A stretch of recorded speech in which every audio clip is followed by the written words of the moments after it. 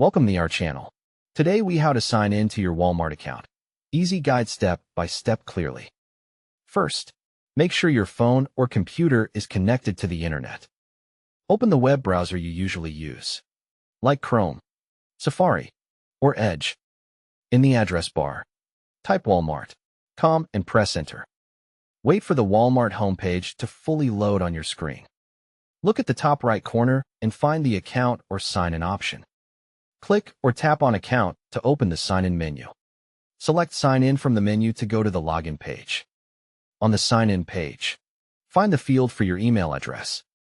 Click the email field and type the email you used to create your Walmart account. Next, find the password field right below the email field. Click the password field and carefully type your Walmart password. Double-check your email and password for spelling mistakes before continuing.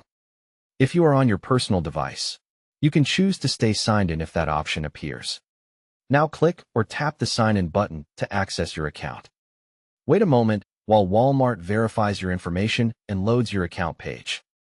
If you are asked for a verification code, check your email or phone for the code. Enter the verification code exactly as shown and submit it to continue. If you forgot your password, click the Forgot Password link on the sign-in page.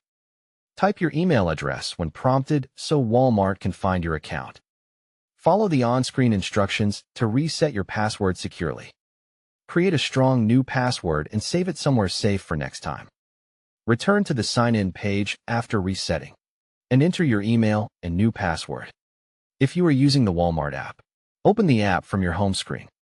Tap Account at the bottom or side menu, depending on your device. Tap Sign In and enter your email and password in the same way. Make sure your app is updated if the sign-in page is not loading correctly.